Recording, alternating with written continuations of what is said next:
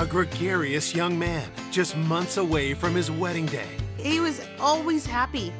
All he wanted in life was to have a family, work hard, and fall in love. Has his future viciously ripped away. It was evident the young man had been bludgeoned. It hurt me so much, and I lost it. I lost it. Me volví loca. Investigators are sent down a rabbit hole of suspects. He was violently jealous. He's a significant drug dealer. It looked like that he may have been kidnapped. They were accompanying a very scared-looking Hispanic young man. Before a shocking revelation What he was describing was more like something off of a TV show. turns the case on its head. What he did to us changed our life forever. It was a shock to all of us. It came as an absolute surprise. He had no remorse, he had no guilt. He's a monster.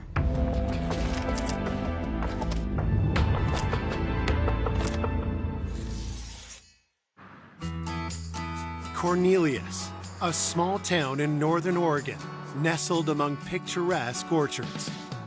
Cornelius is a longtime farming community. It's a very kind of nice, sort of sleepy place. It's kind of a little bedroom community. It's mostly a blue-collar town, working class.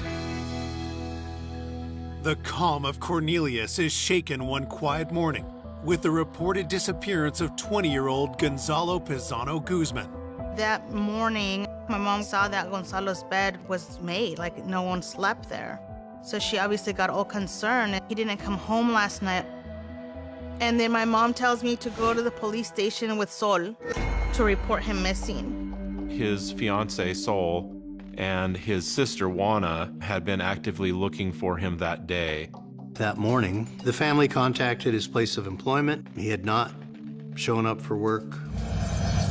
The family was extremely distraught by this disappearance. He doesn't miss work without calling in. They couldn't reach him by pager or by telephone. And we're all freaking out because this is not who he is and what he does. It's so odd, it's not normal. We learned that Saul had seen Gonzalo the night before. They had visited with each other until about 9:15 that evening, and Saul reported seeing him leaving in his car alone, headed home.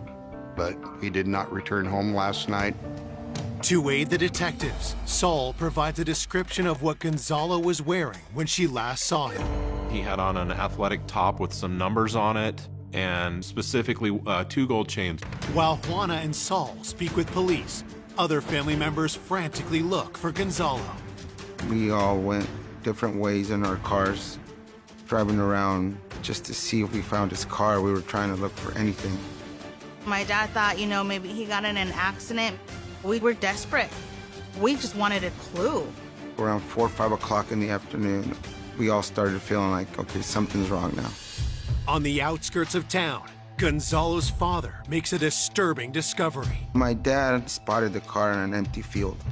When he saw the car, the white car, he knew right away that was Gonzalo's car. He found the car burned up. He rushed to the car, opened up the car, and didn't find any body. So once that happened, it was just nuts. Where is he at? Did he get kidnapped? Is he dead? It was even worse. Detectives arrive and search for signs of what happened to Gonzalo. The car was totally destroyed by fire. It appeared that the car had been heavily doused with accelerant, probably gasoline. Somebody was clearly trying to cover up evidence from inside that vehicle. There was no evidence of any body. There were zip ties found near the car. As far as the scene was concerned, it yielded minimal clues. As the car had been burned completely, the chances of DNA or blood or fingerprints were greatly reduced. Later that afternoon, another chilling discovery is made, just 11 miles away. A citizen had seen something that looked like a dead body in the ditch on her road. The body was found about a 15-20-minute drive from where the burned car was. This young man matched both the physical description, the clothing, and the jewelry. At this point, there was no doubt that this was Gonzalo. It was clearly a homicide. There was evidence of bullet wounds on the body and what appeared to be repeated knife blows to the heart. We also discovered some injuries to the back of the head, and it was evident the young man had been bludgeoned. It was apparent that he died a violent death. We felt almost immediately that this was very personal in nature. There was no phone and there was no wallet at the scene, but he still had his jewelry with him, which were gold. So the thought of this being a robbery was off the table pretty quickly. There was another motive here. There were zip ties found near the body, and they matched the zip ties from the scene of the car. One of the things that went through my head was, had someone brought zip ties to restrain Gonzalo? We also located 4 spent casings from a .40 caliber semi-automatic pistol. After finishing up at the crime scene, police are faced with the difficult task of delivering the devastating news to Gonzalo's family. The police came early in the morning. I opened the door and they told me, "We found your brother, but unfortunately he's dead." I was in shock. Grité. Me volví loca. Y yo gritaba. Y gritaba y gritaba. I heard my mom screaming. It was something I never want to hear again. It's not even a scream. It's a pain so deep that only moms know what that is. I found out that he was murdered. And I lost it. I lost it. Era gritar, llorar. Algo tan fuerte que todavía de mi mente no se ha acabado. To know that such an amazing person was taken away, he didn't deserve to die that way. Bottom line is, I don't have my brother anymore. Born in Mexico in 1979, Gonzalo had a playful spirit. He loved to dance, he loved music, always a smile, always caring, and always joking around with people. Gonzalo era un muchacho alegre y llegaba, me abrazaba y siempre quería bailar conmigo. When the family moved to the United States in 1989, outgoing Gonzalo settled in quickly. He was very charming. He was really good looking. He was popular with the girls. So he was always asked to be in quinceañeras, which is a traditional, party for us Mexicans when you turn 15. In 1998, Gonzalo met Marisol Mora at a party, and the teenagers quickly fell in love. De que estaba muy enamorado de Marisol. Marisol era el amor de su vida de Gonzalo. Era todo para él. Todo. It was that genuine love and happiness. There was a light in him. He was a completely different person, a happy, full person. All he wanted in life was to have a family, work hard, and fall in love. After a whirlwind romance, Gonzalo proposed to Marisol. So the wedding was set to be in September. That was just a couple of months after he was murdered. We have a big family, so it was going to be a big deal. But instead of a wedding, Gonzalo's loved ones are left heartbroken and grieving. While his family plans a funeral, detectives are digging into the work of this homicide case. This case was puzzling. There really didn't seem to be a strong motive as to why this young man was murdered. Everything was going good in his life. He was responsible. He wasn't involved in gangs. He's just very well liked, very upbeat, and just a trustworthy young man.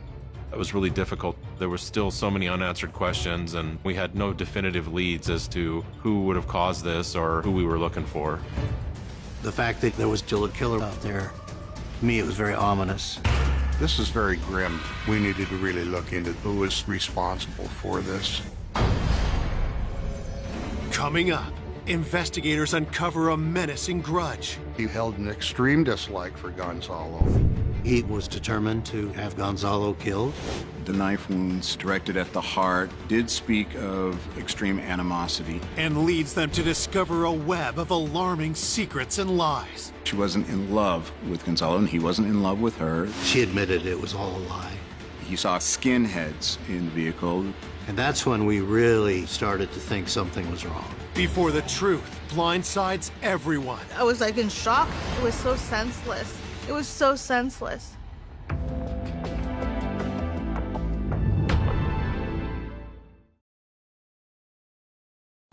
In the town of Cornelius, Oregon, police are investigating the vicious murder of 20-year-old Gonzalo Pizano Guzman. Wanting more details about his last known movements, detectives speak to his fiancée, Sol. She described in detail how Gonzalo had come to her house on the night of the 6th, that they sat out front on the porch. They were discussing their plans for the upcoming wedding and going over a guest list. She stated that following the conversation that he left around 9 o'clock. She stated while they were sitting on the porch that her cousin Jaime and a friend Eddie were playing in the garage of the house, apparently shooting baskets. That led us to believe that these two young fellows may have been the last known persons to see Gonzalo alive. So it was important that we interview them. Investigators bring Jaime and Eddie into the sheriff's office. During the interview, both stated that they had to get to work that night and approached Gonzalo as he was getting in his car and asked if they could get a ride. They were running late for work. They worked on a janitorial crew run by Saul's brother, Raphael. They had to be at work in Hillsboro at the Hawthorne Farms Fitness Center at 10 o'clock. They said Raphael picked them up and took them to work at the athletic club, and that eventually they got off at about 4:30 in the morning. The fact that they both gave the same statement actually provided themselves an alibi. They did not offer any conflict that they had with Gonzalo. They indicated that they had no reason to hurt him. To corroborate Jaime and Eddie's alibi, police speak to their boss, Saul's brother, Raphael. We interviewed him at his house. He was very cooperative, very smooth, very polite, had his own business, a young entrepreneur. Raphael was an incredibly self-possessed 19-year-old. He had created a janitorial service. Although he was very young, had a very good contract, had his own cleaning company, and appeared to be very successful. Detectives ask him to confirm Jaime and Eddie's story. He confirmed that he had picked them up at Eddie's house and drove them to work. He confirmed their story that they had worked cleaning the health club that night. He said that he was at the athletic club until about 4 in the morning.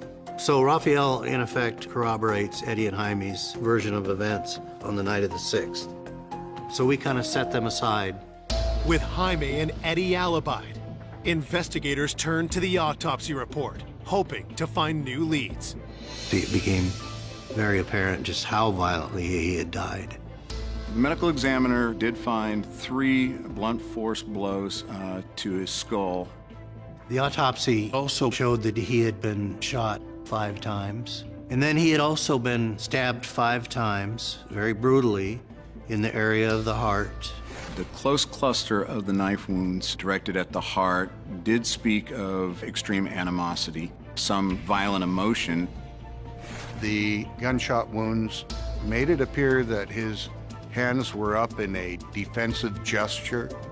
Gonzalo was likely pleading for some measure of mercy, and ultimately, none was to be had. The autopsy report also determines that Gonzalo's death occurred around 10 p.m. With the findings in hand, investigators now turn to Gonzalo's workplace, searching for possible suspects. We interviewed his supervisor. Gonzalo's boss described him as reliable, steady worker, punctual. As detectives dig deeper, they learn about a startling new side to Gonzalo. It appeared that he had a relationship with one of the security guards that worked there. Gonzalo's boss did tell us there may have been some possible involvement between the security guard, Bobette, and Gonzalo. So we needed to look into it. We needed to interview her. Police bring Bobette, Gonzalo's alleged girlfriend, in for questioning. She was very upset about his death. She was very emotional, very distraught about finding out that Gonzalo had been murdered, and ultimately disclosed that, in fact, she had had a very intimate relationship with Gonzalo for a couple months, but she made it very clear she wasn't in love with Gonzalo, and he wasn't in love with her. Bobette described her relationship with Gonzalo as kind of a fling. It was kept secret. She understood that he was engaged to be married, but it crossed our minds that maybe Bobette's feelings were stronger than she let on. Maybe she did not want this wedding to go forward. The wedding was planned for September, only a few months away. Police asked Gonzalo's coworker about her movements on the day of the murder. Bobette had been at several different locations that day, running errands, and she had receipts to support that. So she was ruled out as a suspect. But while Bobette's cleared of suspicion, she hands detectives a crucial tip. Bobette mentioned an ex-boyfriend named Oscar Rodriguez. She told us Oscar was quite jealous. He was extraordinarily jealous, apparently had been violently jealous in the past. About 4 days before the murder, Oscar had found out about her relationship with Gonzalo. He became infuriated and began accusing her of cheating on him. That could be a motive for Gonzalo's murder, so Oscar became a lead suspect.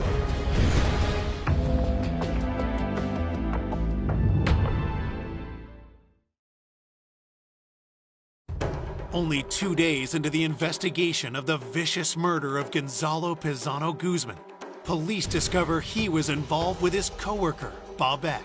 Now she's pointed the finger at her jealous ex, Oscar Rodriguez. She speculated that maybe he had something to do with it. We looked into him. He had a criminal history.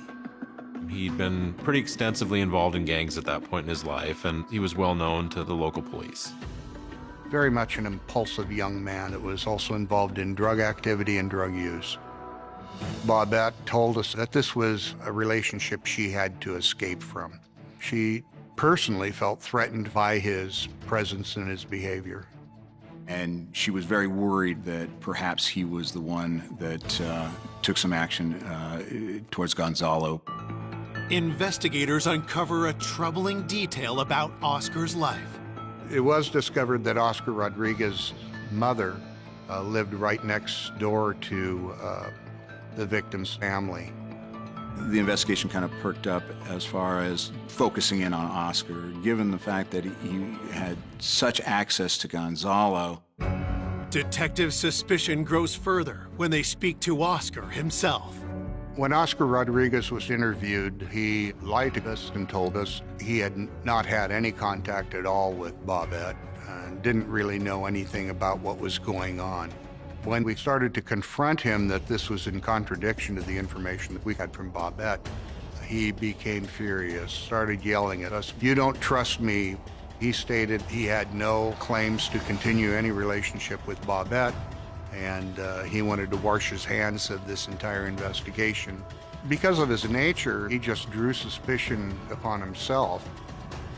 He was asked if he'd take a polygraph to show that he didn't have anything to do with Gonzalo's murder. He became very volatile and immediately demanded to end the interview. And actually stormed out of the interview. With Oscar not cooperating, detectives investigate his whereabouts during the time of the murder. During this time frame, Oscar Rodriguez was actually serving a sentence in the Restitution Center. The Restitution Center is a work-release facility for low to mid-level offenders, where Oscar could get passes to go out and find work. So the question was, did Oscar have a pass at the date and time of the murder? Was it possible that he wasn't in the Restitution Center? He is on a strict timeline. He had to check in, check out. It's a secure facility.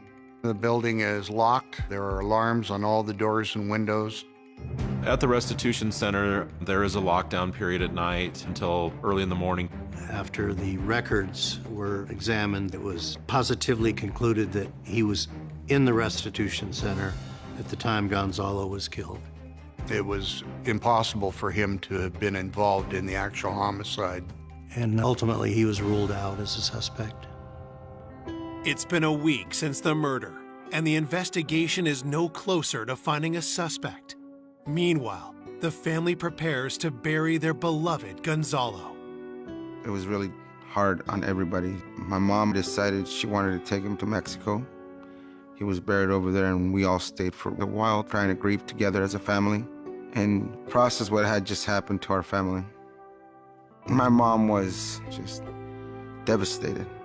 It hurt me so much to lose Gonzalo. I was grieving deeply. I was in denial. I was in my own world. And I don't even know how I got by. While the family grieves in Mexico, the community of Cornelius is feeling on edge.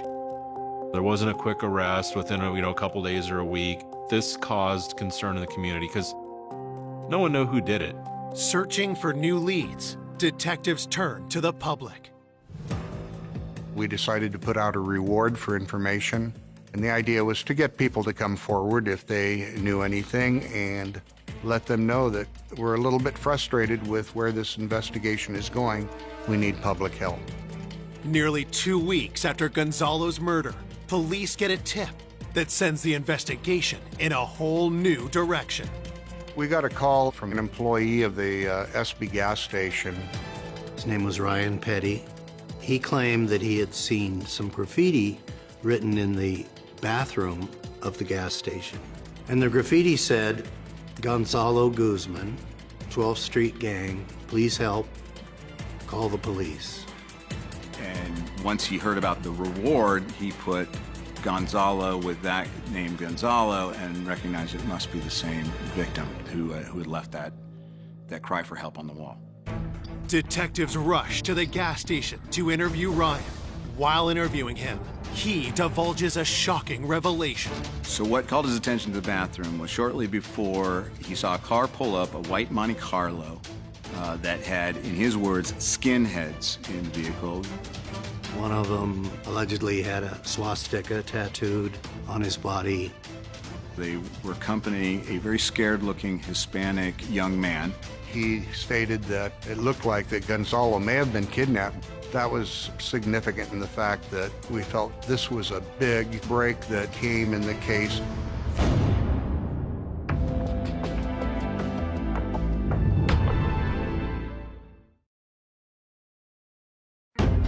Nearly 2 weeks after Gonzalo Pizano Guzman was found brutally murdered, a gas station attendant named Ryan Petty has told police he saw Gonzalo with 3 suspicious men the night he was killed. He described a carload of skinheads that had drove up and a young man in the back seat who appeared frightened, and they escorted him into the men's restroom for a short period of time. He said that ultimately out of the bathroom, the Hispanic individual came out and they hustled him back into the car and drove away. So Ryan Petty reported that when he went into the bathroom after an individual left it, he saw written on the wall, "Gonzalo Guzman, help, 12th Street Gang, call police." But as detectives dig into Ryan's story, some details don't add up. Had it been Gonzalo who had gone into that bathroom afraid for his life and put his name on the wall, he never would have written his name as Gonzalo Guzman. We knew that was incorrect. He would not sign his name in that nature. That was the maternal name. He would have used the paternal name. Guzman is his mother's name. He would have written his name as Gonzalo Pizano. Pizano is his father's name. And so right away, this was suspicious. And just the whole nature of what he was describing was more like something off of a TV show. The skinheads, the swastika. It just didn't ring true.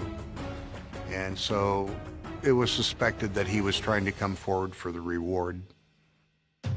We looked through the videotape from the SB station during the period of time this employee stated that car had gone by.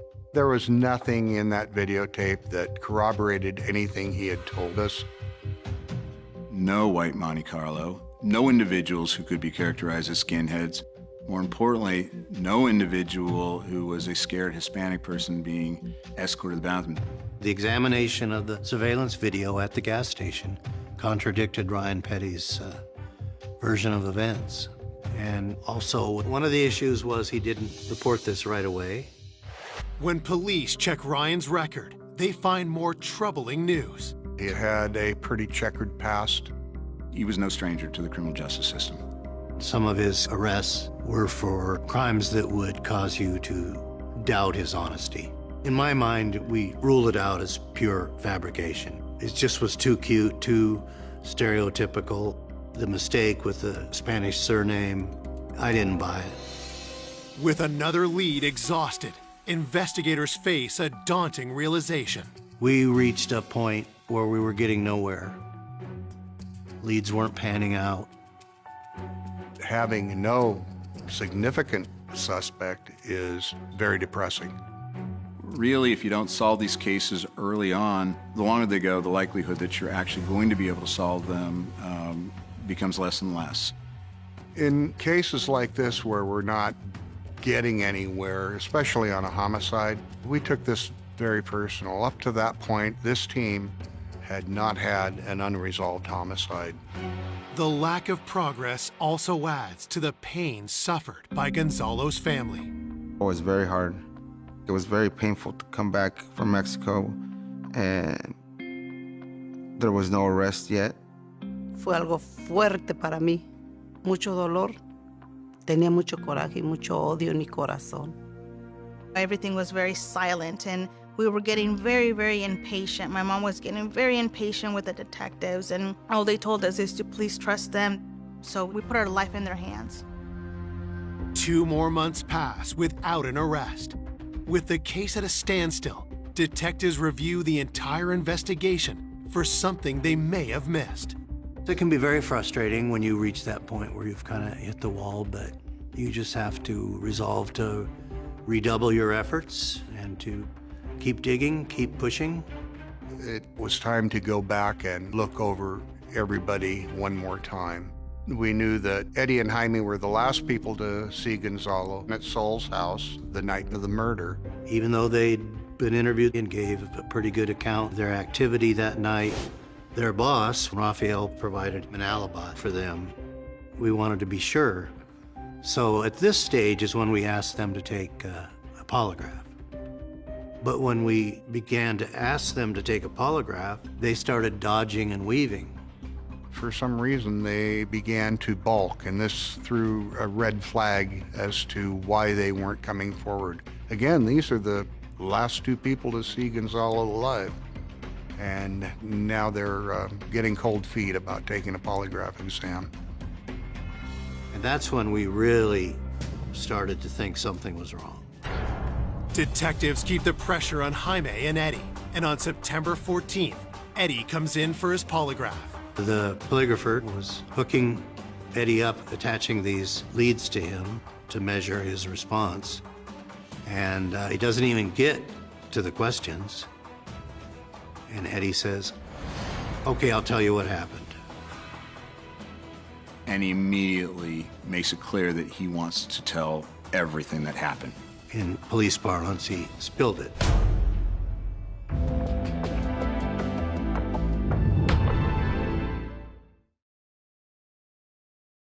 Two months after the murder of Gonzalo Pizano Guzman, detectives are re-interviewing witnesses, hoping for a break. Now, Eddie, one of the last people to see Gonzalo alive, has told police he knows more than he's let on. He gave a detailed, recorded statement about what happened on the night of the murder. As he talks to investigators, Eddie drops a bombshell. He disclosed that he had actually been approached by his boss, Rafael, who was Saul's brother, to coordinate delivering Gonzalo to the Forest Hills Country Club parking lot. Eddie told us that it had all been planned out by Rafael. Rafael had enlisted Joe Noble to help with this crime. Joe was Rafael's friend. Eddie went on to tell us that night he and Jaime lured Gonzalo to drive his car to the golf course. And as they pulled up, Joe Noble appeared with a gun in his hand. And as Eddie and Jaime got out of Gonzalo's car, Noble got into the car, pointing the gun at Gonzalo. And also present in the parking lot was Rafael and his white Ford F-150. Gonzalo was driven away by Rafael and Joe, but Eddie claims he has no idea what happened next. He stated that he and Jaime had left the country club and got into their vehicle, left and went home and went to work as usual. Could the brother of Gonzalo's fiancée, Saul, really be behind his brutal murder? It was extremely surprising to suddenly see Rafael Mora as somebody different than this really incredibly self-possessed 19-year-old who started his own business. But according to Eddie, Rafael leads a disturbing double life. Eddie told us that Rafael was a pretty active drug dealer. The nice entrepreneur cover of Rafael was all a lie. He's a significant drug dealer, and it appears orchestrated the kidnapping of Gonzalo with Joe Noble. This completely surprised me. Rafael did appear, at least on the surface, to be legit, and now he's just not who we thought he was. It was a shock to all of us. The one thing detectives still need to know is why Rafael would want to kill his future brother-in-law. Up to that point in time, there was nothing to link him. There was no motive that anybody could speak of. Investigators first turned their attention to Joe Noble, suspecting he may have been taking orders from Rafael. Joe Noble was known as a small-time criminal. An informant told us he was very concerned about a .40 caliber pistol he had sold to Joe Noble. And he suspected that this may have been the murder weapon used in the killing of Gonzalo. That's not the last of the informant's revelations. He said that Joe Noble had talked to a female at one of the local bars and had asked her to alibi for him on the particular night in question. We contacted her. She told us that yes, Joe had asked her to say he was with her on the night of the 6th, and most importantly, she said, I wasn't with him. Police bring Joe in for questioning. Joe denied having any involvement whatsoever to the murder. During our interview with Joe, he actually tried to use the alibi, and then when we confronted him with the fact that we'd already talked to her and she said it was all BS, then he stopped talking. Joel stated that he wanted an attorney and didn't want to talk anymore. With nothing concrete to hold Joe, police are forced to release him and turn their attention to Rafael. Investigators learned that Rafael's cleaning business was not all that it was purported to be. He had a contract with the Hawthorne Farms Athletic Club. The manager of the health club was not very impressed with the quality of Rafael's work and the work of his crew. It was really a shoddy operation by all accounts. We considered the fact that the cleaning company may have been a front for Rafael's drug dealing. Rafael told police he was cleaning the gym with Eddie and Jaime the night of Gonzalo's murder. So investigators checked with management in order to corroborate his alibi. The manager of the club said he often couldn't reach him. So we had no idea if he was there or not on the night of the murder. With his alibi falling apart, detectives asked Rafael's sister, Saul, why he might want Gonzalo dead. Saul admitted that Rafael had had a serious talk with her and that it was clear that he was opposed to the wedding, felt she was too young. Rafael did not want Gonzalo marrying Sol. Just did not see Gonzalo as being worthy of marrying into the family. Investigators learned that Rafael would mock Gonzalo for the car he drove. He'd mock him for bringing over a bottle of wine to his parents that was cheap and not any good. Rafael held an extreme dislike for Gonzalo. When accompanied by friends, he would go by Gonzalo's car and talk about keying it or smashing a window out and laughing about it. With the evidence against Rafael stacking up, police are ready to bring him in for an interview. But there's just one setback. he disappeared. At this point, it's become pretty apparent that Raphael's got something to hide. When you put it all together, there was probable cause to arrest him. With a warrant for Raphael's arrest, police initiate a manhunt. He had a girlfriend named Sandy Montez. We found him hiding at his girlfriend's house. He had dyed his hair orange, and it was obvious that he had done it to try to change his identity. On September 28, 2000, Raphael is officially charged with first-degree kidnapping and aggravated murder. I was like in shock. I had so much anger at Rafael. It's an anger I can't explain. Just when police believe they have their man, the investigation takes another shocking turn. We had Raphael in custody when his girlfriend showed up with evidence stating that there's no way he could have been at the murder scene. This raised some obvious concerns. Could it be possible that Raphael was not involved in Gonzalo's murder? It came as an absolute surprise.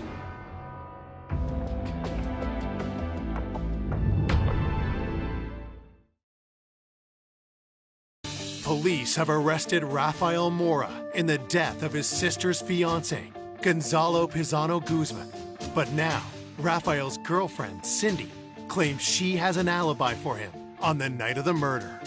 Cindy produced a receipt from a auto detailing place that purported to have dropped off Raphael's vehicle the night of the murder, and that Raphael was there and signed for it. It was presented as a solid piece of evidence that Raphael was working at the athletic club the night in question, and they had the receipt to prove it. And an individual named Cassandra, who owned the company, had signed off and was going to be an alibi witness.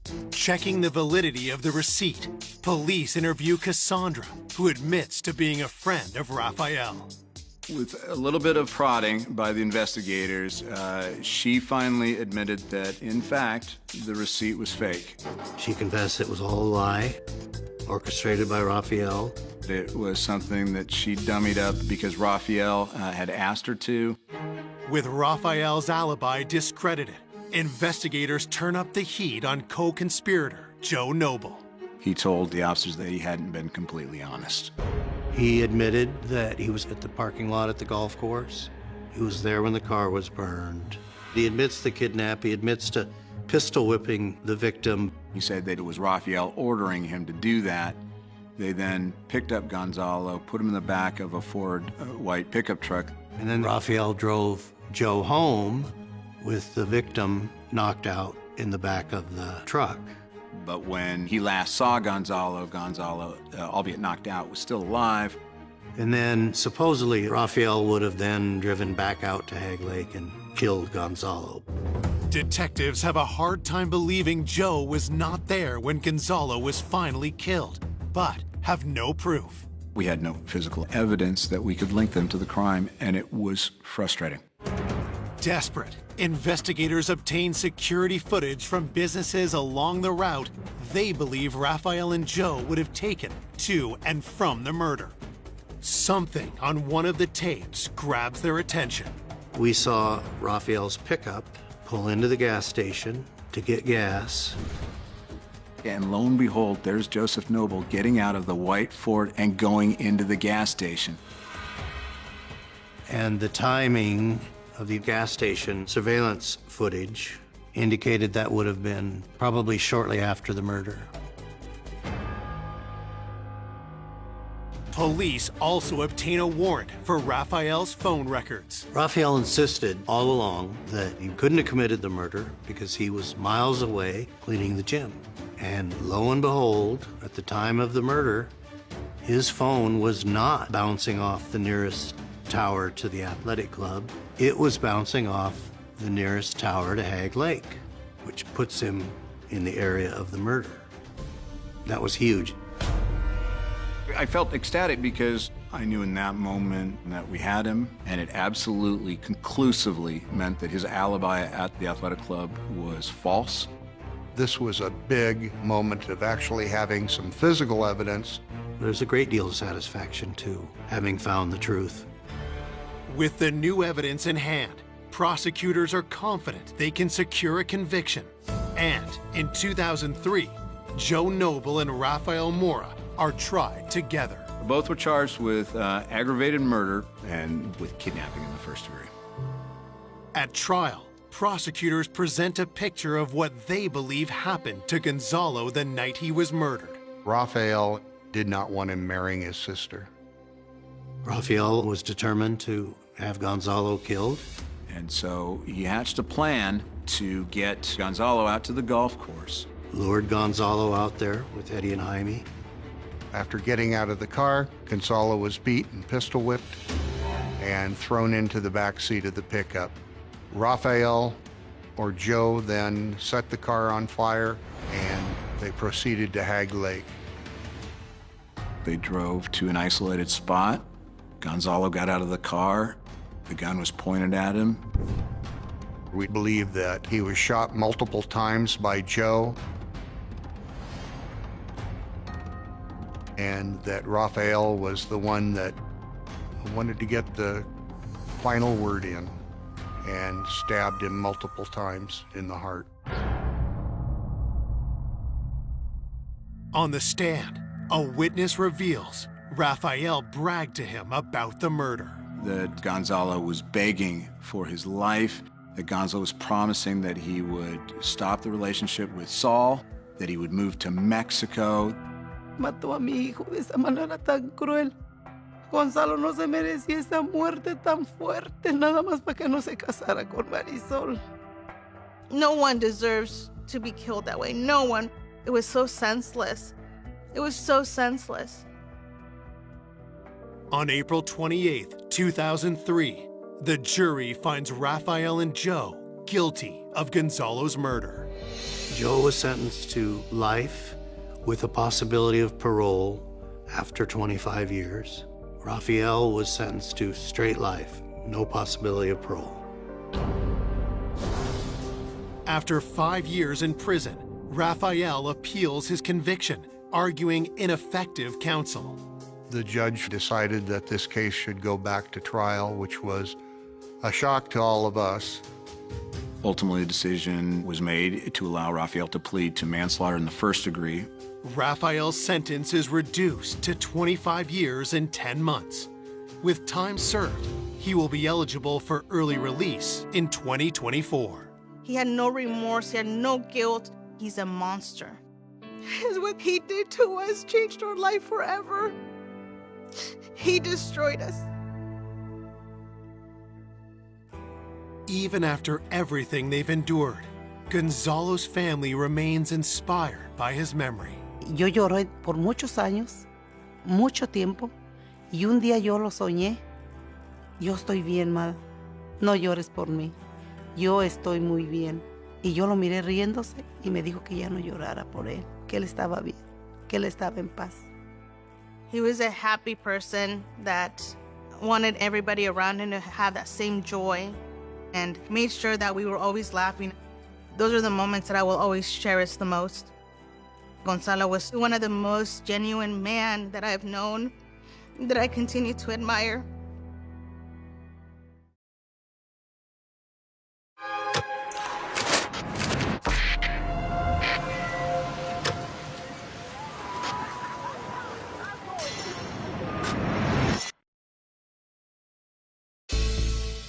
A popular and fun-loving college student, Mindy was a very bubbly person. Just always seemed to be happy. She had a light in her eyes, and she accepted everyone. is found savagely murdered in her apartment. There was a belt wrapped around her neck and appeared to be a broken off knife still stuck in her throat. Police need to determine, was this a sinister obsession? Mindy, I know what happened to you. God picked a beautiful flower.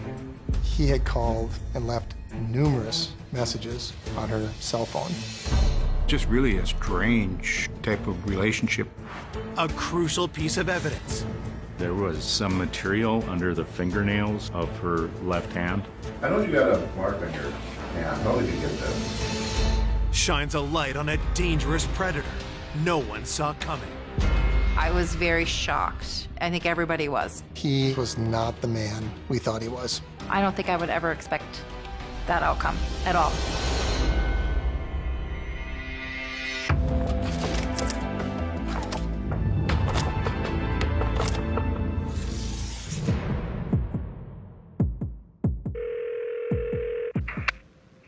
Hey, Mindy, it's Danny.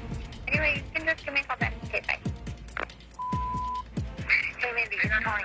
Hey, Jamie's trying to get a hold of you. Bye. Where are you? Okay, bye. I remember trying to call Mindy a few times and she wasn't answering. So me and my friend Danielle drove and parked in front of her apartment across the street. I ran inside. I knocked on the door and there was no answer, and it wasn't locked. And so I opened the door and I stepped in, and about 2 steps in, I saw something on the ground right in front of my feet. It was Mindy. And then I noticed something around her neck. Horrified, Mindy's friend rushes outside to call 911. About 10 minutes before 9 o'clock at night, dispatch called me at my house and said that they've got a hysterical caller on the phone. I got the address and it was 1 block from my house. When I arrived, both Danielle and Tony were very distraught, very upset. The apartment was located on the 2nd floor of the building. As I entered, I could smell a very strong odor like an ammonia disinfectant. The body of the victim was laying across the entry hallway. And it appeared her throat had been half cut open. Detectives begin their investigation and identify the victim as 22-year-old college senior Mindy Morgenstern.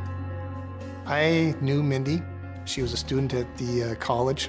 I'd seen her at a lot of their events, and to see that it was her, I was really surprised and quite shocked. There was a belt wrapped around her neck and appeared to be a broken off knife still stuck in her throat. It appeared that the belt was applied to the neck prior to the neck being cut. Investigators find an empty bottle of disinfectant beside the body. Somebody had poured the disinfectant over her body, possibly trying to destroy any type of evidence. The killer tried to cover their tracks, but investigators find something they missed.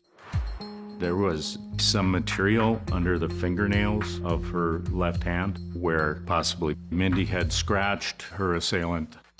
We felt that this was going to be a DNA forensic type case based on materials that were found on Mindy's fingernails. And to preserve that, the hands are placed in bags for autopsy. She had a purse around her right arm. Her wallet was laying just outside of the purse. It didn't appear that they'd been gone through or anything removed from them. There was clean laundry around the body and a laundry basket. It almost appeared as if she was attacked as she was going in the door with that laundry. It did not look like the apartment had been ransacked or gone through, so it didn't appear that theft was a motive in this killing. There was no sign of any forced entry into the apartment. It told us that the person was either in her apartment or followed her in. Her cell phone was located, and the first missed call on that phone was at 12:47 p.m. on September 13th. That gave us some indication as to what time the attack may have occurred. By 10 p.m., more than 9 hours after the first missed call, detectives have little to go on as they work into the night at the crime scene. When we first left the scene the following morning, we had no clear indication of who may have done this. Police reach Mindy's sister to inform her of the murder. and she delivers the tragic news to her parents. The front doorbell rang. And I said, "Who's there?" And Rebecca, our daughter, she said, "It's me, Dad. We got some bad news." And then Rebecca said to me that, "Mom, Mindy is dead." It was just like somebody taking a knife and just sticking it right into your heart. I just wanted to try to just say, no, this isn't real, this didn't happen. I didn't want it to be true. She had such a loving, loving heart, and I loved her very much. Born in Bogota, Colombia, on April 29, 1984, Mindy was adopted as a baby by Valley City farmers Larry and Eunice Morgenstern. The first time I saw Mindy, she had the biggest, darkest, most beautiful eyes that I had ever seen. It was pretty amazing to see this little character in the basket that she brought home to be part of our family. Mindy was the youngest of 4 Morgenstern children, 3 of them adopted by Larry and Eunice. Mindy was very much a tomboy. And as she grew up, she got so beautiful. She didn't really realize that she would be looked upon as somebody that would turn boys' heads. After high school, Mindy moved to Valley City and dove headlong into college life. She just seemed to enjoy all the friends that she had there. Mindy was a very friendly, outgoing, bubbly person. She just always seemed to be happy. She had a light in her eyes, and she accepted everyone. Mindy's future was looking bright until the stunning attack that cut her down in her prime. It was very difficult to see Mindy's body in the condition that it was in when we found her. I want to find out who did this, because she was loved by a lot of people in our community. Back at the crime scene, Mindy's 2 friends tell detectives they weren't the only ones to see Mindy's body. When Tony found Mindy at the scene, she screamed, which alerted a man in a neighboring apartment to come out to see what was wrong. He was there when I first entered the apartment complex, and they showed me where Mindy was located. He told investigators that he checked for a pulse using the back of his hand to not leave any fingerprints on the victim.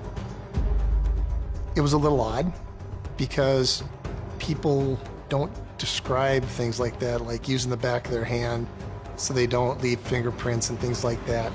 If he was there to help, I couldn't understand why he'd be worried about something like that.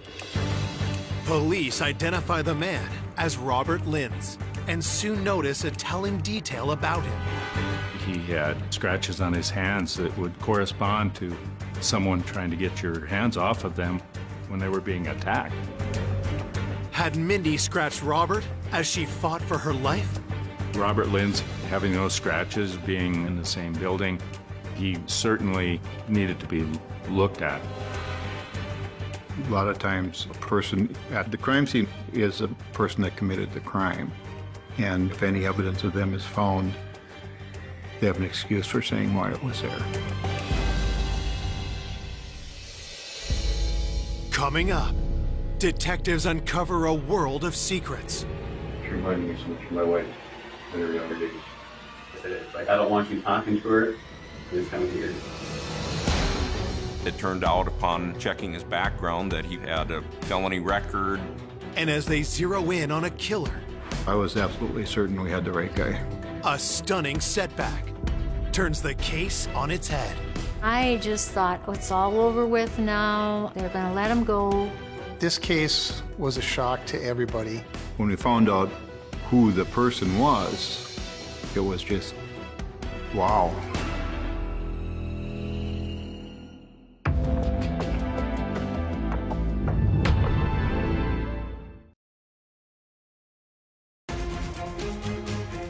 Police police investigating the murder of 22-year-old college student Mindy Morgenstern have just identified their first suspect, her neighbor, Robert Linz.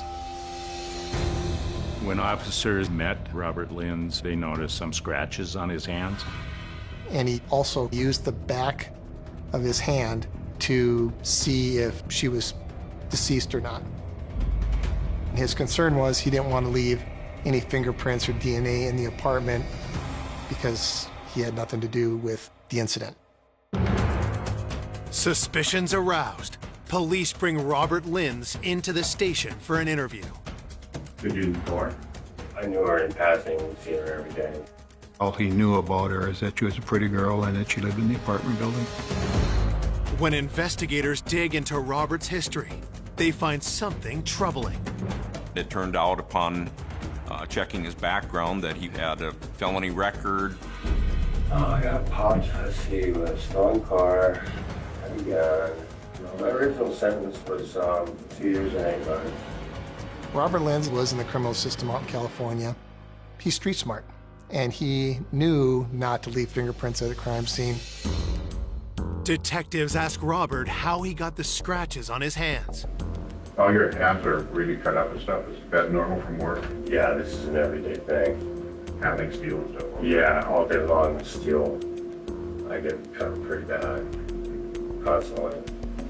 He claimed he worked at a place where they built steel buildings and stuff like that, and he got the bruises on his hands from his job. Police cut to the chase and ask Robert where he was on the day Mindy was murdered. It wasn't anything out of the ordinary, regular day work. What time do you usually start? I'm there like 5 minutes to 7. Robert Linz told investigators that he had been at work that day from 7 in the morning, and he didn't arrive home to his apartment until about 5:30.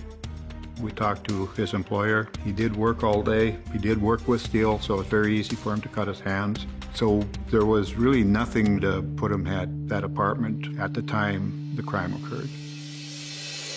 Still, police aren't ready to rule out Robert just yet. We asked him to provide DNA sample, which he agreed to. While they await DNA test results, police canvass Mindy's neighbors. We were looking for anybody that might have seen something, heard something, so we can get a better timeline as far as when this might have happened. While going door to door, investigators are pleased to see a familiar face. As I was collecting statements outside, I saw Mo Gibbs. He had been living in the apartment building with his wife and stepdaughter. Mo works at the Barnes County Jail, and due to the fact that he was a correctional officer, I would run into him quite often while he was working. And I also knew Mo because we played on the co-ed softball tournament together. A guy in his position probably would be an excellent witness if he had seen or heard anything. Mo Gibbs said that he knew Mindy as a person that lived in the building. He had seen her come and go. The investigator asks Mo if he noticed anything unusual that afternoon. Mo had said that he went with his wife and stepdaughter for lunch, then came back to the apartment at about 12:45 and started packing and loading boxes as he and his wife were going to be moving out of the apartment. He mentioned that when he went into the apartment complex, he could smell a strong, distinct odor of a disinfectant. Other than that, he claimed that he didn't hear or see anything. So we were working with a timeline between the first missed call at 12:47 p.m. and the disinfectant being smelled shortly after 1 o'clock p.m. So we figured she probably was deceased prior to 1 o'clock in the afternoon. To rule them out, police collect DNA samples from Mo and the other building residents. All the DNA samples taken during our interviews were sent to the state crime lab. In search of new leads, detectives turn to Mindy's loved ones. I just didn't think there was anybody that would want to do anything like that to her. Investigators push Mindy's parents to think hard about anyone who might have had a problem with her. Mindy's mother mentioned that Tony had had this boyfriend that wasn't such a nice person. His name was James. I was dating James Robinson at the time, and he was doing some bad things, and I was taking the brunt of it.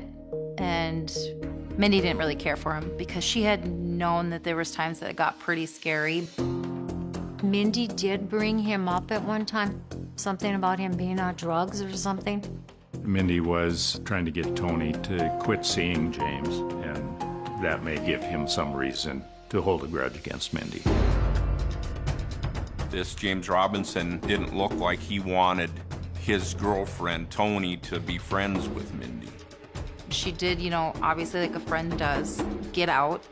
You need to leave. He's not a good guy. This isn't a good relationship. In trying to help her friend, had Mindy made a deadly enemy. It seemed like the attack was personal in nature. It made me think that maybe this guy had something to do with her death.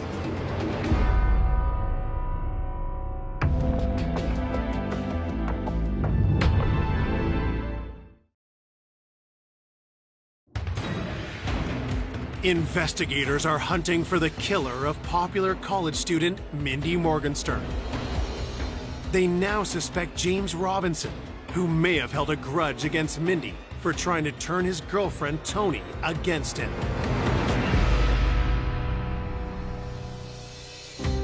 So James was called in to do an interview to see what we could glean from him. Did you know Mindy pretty well? I knew her from going to visit Tony at work, and she'd be there or whatever, and we'd get together every once in a while, go out and eat her. Police asked James if he has a criminal record. James said that he had, in the past, had trouble with illegal drugs. He had been charged, but he was trying to stay out of that lifestyle. As James talks, detectives notice suspicious cuts on his hands. Did you do your hand? Looks like you got a... Yeah, it went right through a window. Blood like something fierce. Looks pretty fresh. Police pressed James on his whereabouts at the time of the murder. What were you doing during the day? I know I had 4 hours of community service stuff to do. James told investigators that he went to do community service from these previous charges. He then went to a friend's house and went back home sometime 5 o'clock or later. We checked, and it was verified that he had been at those locations that day. Even though James's alibi checks out, investigators collect a DNA sample in order to officially rule him out. As they review evidence from the crime scene, autopsy results arrive. The autopsy of Mindy's body indicated that she had died from asphyxiation and due to the cuts to her neck. There was no indication that Mindy had been sexually assaulted. Still awaiting results on DNA collected from Mindy's fingernails, detectives turn to her coworkers for new leads. Mindy had been working at a restaurant in Valley City as a waitstaff. It was important to interview Mindy's coworkers and see if they knew of anyone unusual in the restaurant that stood out to them. There was a man that lived in a motor home across the street from the restaurant. Mindy told coworkers that he made her feel really uneasy, and he was always in there bothering them. So, hearing that information, we decided to interview him. What's your full name? Ralph Albert Walter. So how long you been in Valley City? Well, I don't know. You could say I'm a drifter, but Mr. Walters didn't have any ties to the area, just kind of an odd character. You remember anything particular you did on Wednesday?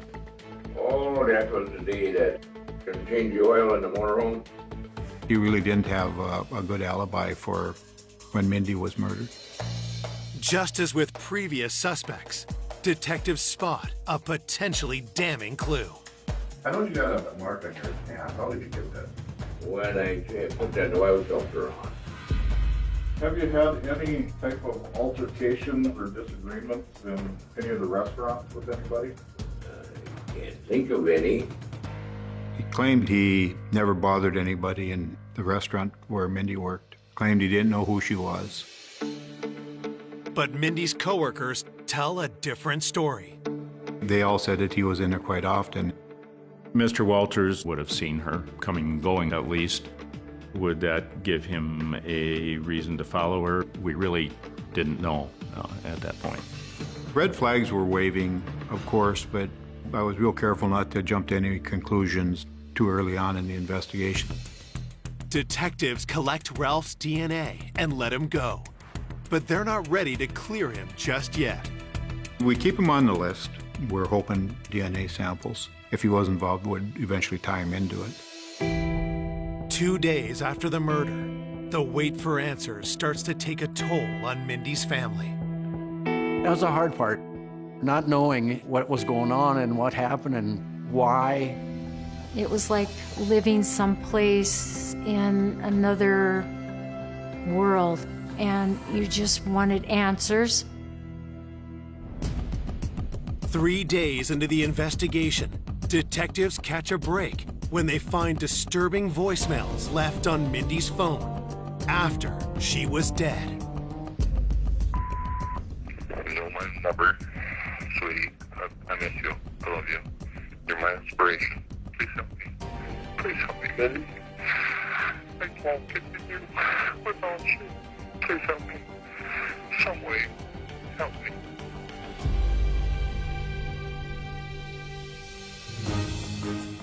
Detectives search the number and discover that it belongs to a man named Rodney Kuznia. After Mindy had passed away, he had called and left numerous messages on her cell phone. Investigators rush to find out who Rodney Kuznia is and why he called Mindy after her murder. Mindy's friends had told us about a previous boyfriend by the name of Kyle Kuznia. They had been very serious and they had broken up the prior year. Mindy's phone indicated a lot of calls between she and Kyle's father, Rodney. We thought this was really odd because why would an ex-boyfriend's father be so interested in Mindy? There was some indication from Mindy's friends that Mindy had told Rodney to quit calling her.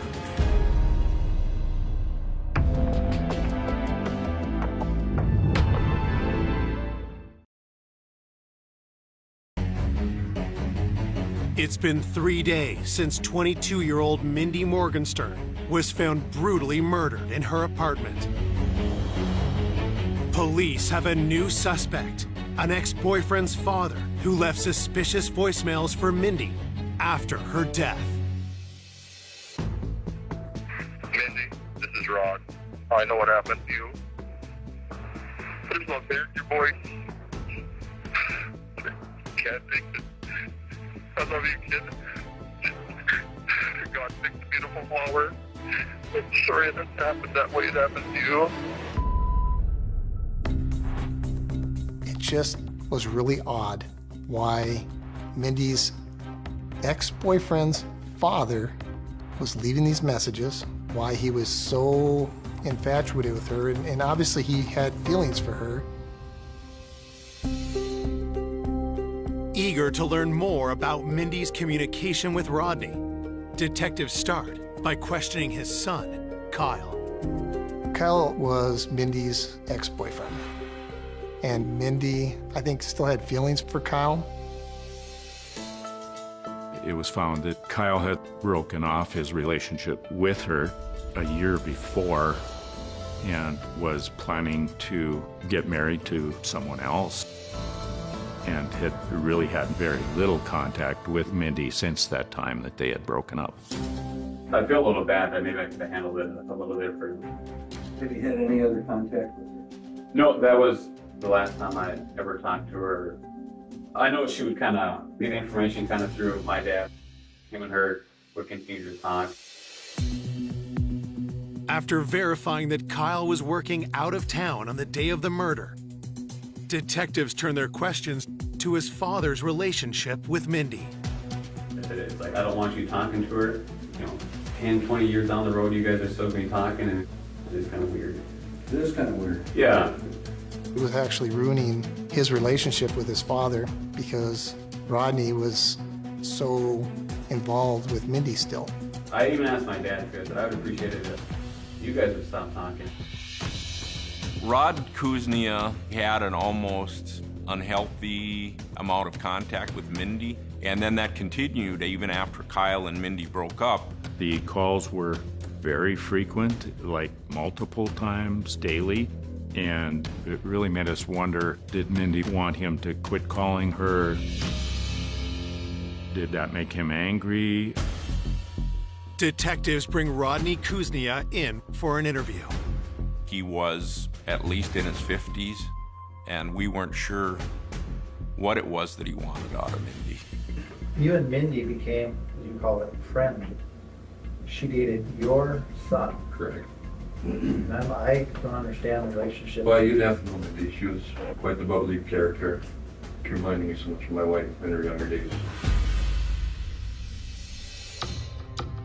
Detectives press Rodney about the messages he left after hearing of Mindy's death. I didn't call after I heard the fact and left a message. I know it's probably stupid to do that, but they wanted her to pick up and what did you tell her? Oh my God, picked the perfect flower. It was just really a strange type of relationship between a man that was her boyfriend's father and her. Detectives press Rodney on his whereabouts at the time of the murder. Rod Kuznia indicated that he was working on his farm with his two sons from 7 in the morning till early in the evening. We checked and verified that, yes, he had been at work that day. Detectives collect DNA from Rodney, but with nothing concrete against him, they must let him go. We still thought that it was such an odd relationship that we certainly wouldn't close the book on looking at Rodney any further. The pressure to find Mindy's killer only increases as the community becomes gripped by fear. It was super scary because you didn't know who it was. It could have been anybody. You were scared to go out by yourself. You were scared to do anything. It wasn't safe Little Valley City anymore. 6 days after the murder, Mindy's funeral draws hundreds of mourners. We had the funeral at the high school gym because we didn't think everybody could fit into the church while there was over 500 people at the funeral. The police told us they would have some undercover agents watching because they didn't know for sure if this person was, after her or after us. And you get kind of paranoid of anything like that happening until they finally catch the right person.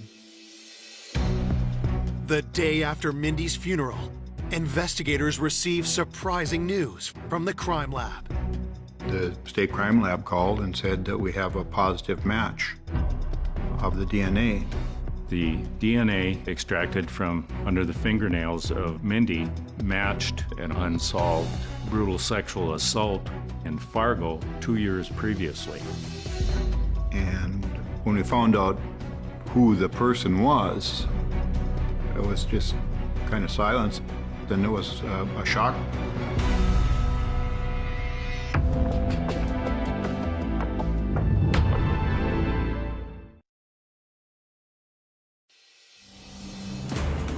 One week after the murder of 22-year-old Mindy Morgenstern, detectives received DNA test results that turn the case on its head. The DNA from every one of the suspects, Kuznia, Walters, Lind, and the others, all came back as not a match to the DNA found under Mindy's fingernails. I asked, who is it?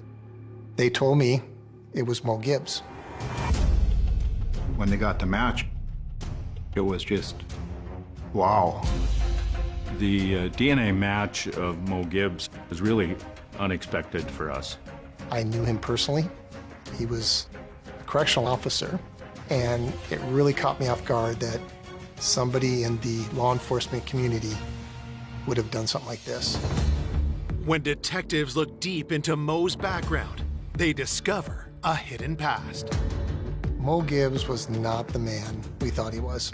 When we started digging into his background, we had found out that he'd actually changed his name. We found out that he was involved in a drive-by shooting, and he had served 5 years in prison.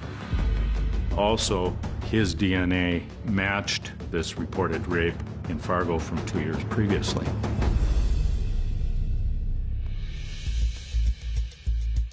Given Mo's violent criminal past, detectives come up with a strategy to lure him into the station. We had called Mo and asked him if he would be willing to come in just to eliminate him as a suspect. We're playing on his friendship with law enforcement. The idea was to get him in, lock him into a story, and then immediately give him the polygraph. Mo Gibbs lived in the apartment building that Mindy lived in, and he said that he had seen her around, but he really didn't know her at all. Mo said that he had worked at the jail the previous night, had gotten home about 7 in the morning, and then he started packing and loading boxes out of the apartment. Anything unusual that you noticed in the apartment building? Nope. I didn't notice anything out of the ordinary the whole day. You know, I was back and forth. Scratches were observed on Mo's hands, and Mo stated that he got those scratches from moving boxes. The polygraph operator asked him if he'd ever been in Mindy's room or in her apartment. I went to her place one time, and that was probably either a week and a half or 2 weeks ago. He stated that she was trying to carry a laundry basket and some other things all at the same time, and he assisted her in carrying that laundry to her apartment. I'm thinking that he wanted to have an excuse for having evidence in that apartment. With Mo's story in place, the polygraph can begin. Regarding Mindy's death, do you intend to truthfully answer those questions? Yes. Did you injure Mindy and cause her death? No. At the conclusion of the polygraph examination, the examiner felt that there was some indication of deception. There's a little bit of indication there that something is bothering you about this, and you know, I guess I just want to try and get it resolved. I mean, I don't know nothing about it. I mean, as far as anything else, I wasn't there, so it's not bothering me that I know. I mean, because I know I wasn't there. Okay. What do you know about DNA? Nothing. Nothing? How would you feel if I told you that your DNA matches DNA that we found on Mindy's body? I'd be like, that wasn't true, so I know I wasn't there, so. At that point, we didn't think that he was really going to ever admit to anything, at least that day. We're in a bind here. Your DNA is matching what we found on her, under her fingernails. I don't know how my DNA was under her fingernail. When we get DNA back though, and it says, this is the person that matches this person out of so many million, we can't argue with that, Mo. Plus, I'm gonna let you in on something else here. The DNA that they match, that they brought up, it also matches the DNA that was found on a girl that was sexually assaulted 2 years ago in Fargo. Okay. He was arrested immediately after that interview and charged with murder. Could you stand up, please, and put your hand behind your back? We have an arrest warrant for the murder of Mindy Morgenstern. News of Mo's arrest opens a floodgate of shocking accusations. A number of female inmates in the jail where Mo Gibbs worked came forward and said he's been doing sexual stuff to us in the jail for weeks or months.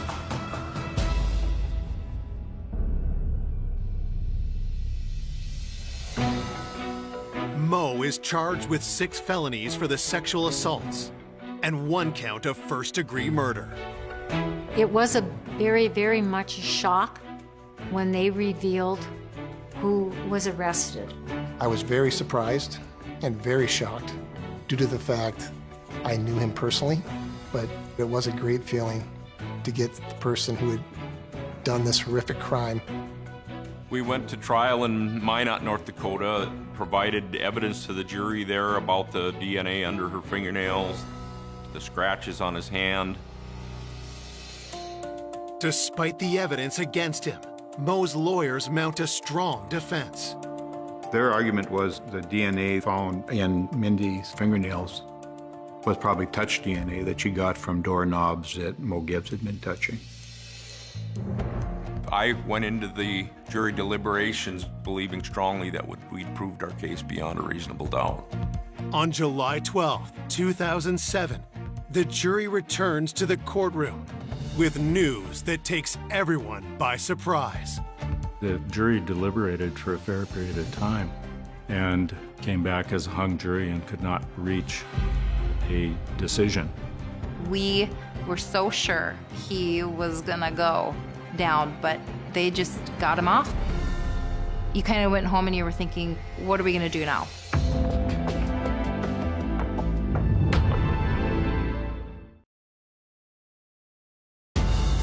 Corrections Officer Mo Gibbs has just been tried for the murder of 22-year-old Mindy Morgenstern. But when the verdict comes back, a hung jury, Mindy's loved ones are left fearing the worst. I was very shocked. I think everybody was. I don't think I would ever expect that outcome at all.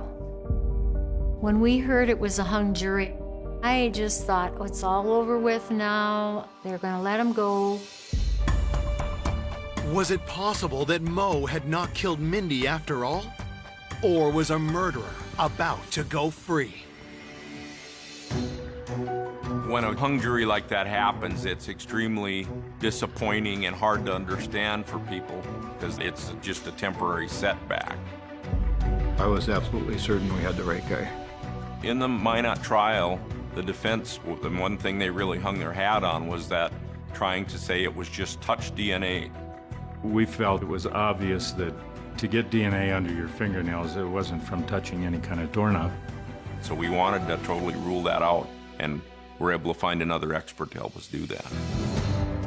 On October 22nd, 2007, more than a year after Mindy's murder, Mo Gibbs goes on trial for the second time. The expert described this as a vigorous assault. The amount of DNA was not from touching a doorknob or a laundry basket. The prosecution lays out further evidence, carefully building the case against Mo.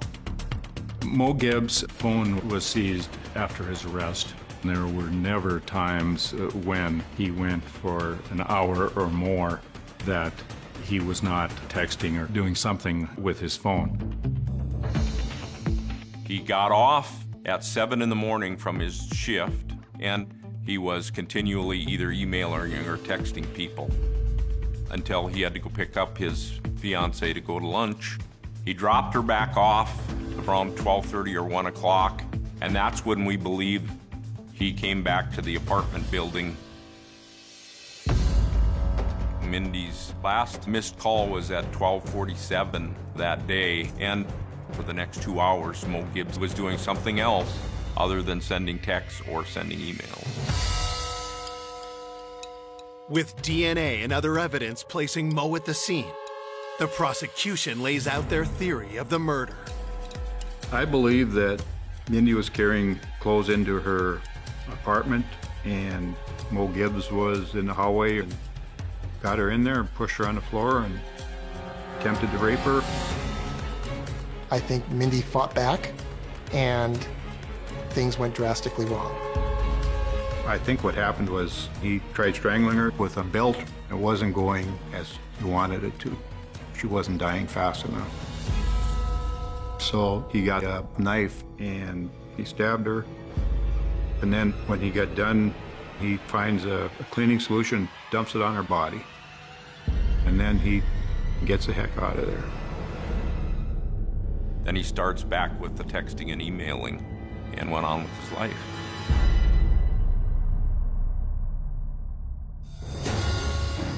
As Mo's second murder trial concludes, prosecutors have one final card to play. There was a cellmate of Mo Gibbs while he was awaiting trial that had told investigators that Mo had admitted to killing Mindy. Gibbs had told him that he'd done it, he'd do it again if he had the opportunity.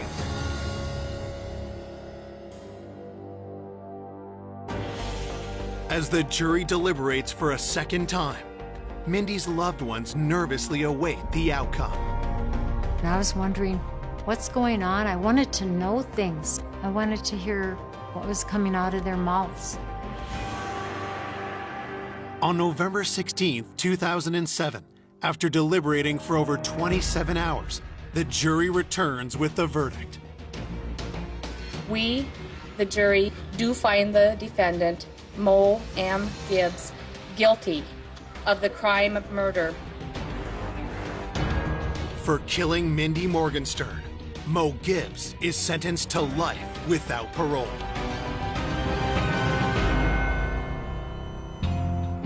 He got a 12-year sentence on the unsolved rape and 15 years on the jail sexual assaults that had happened. It was a relief that they finally caught the person, that he wasn't going to be out there to do it to somebody else again. The fact that Mo Gibbs is going to be in prison, it was finally over with. We could finally go on and just try to get through life the rest of the time that we had. Mo got what he deserved. Because of Mindy's actions and her strength, we were able to get the DNA that we needed, and that DNA helped us solve this case. Though justice is served, nothing can dull the pain of Mindy's loss. Oh, I miss Mindy so much every day. You never get over it, but you go on and you pray for that time when you can see her again up there in the heavens. That's where I know where she's at. I like to remember her smile.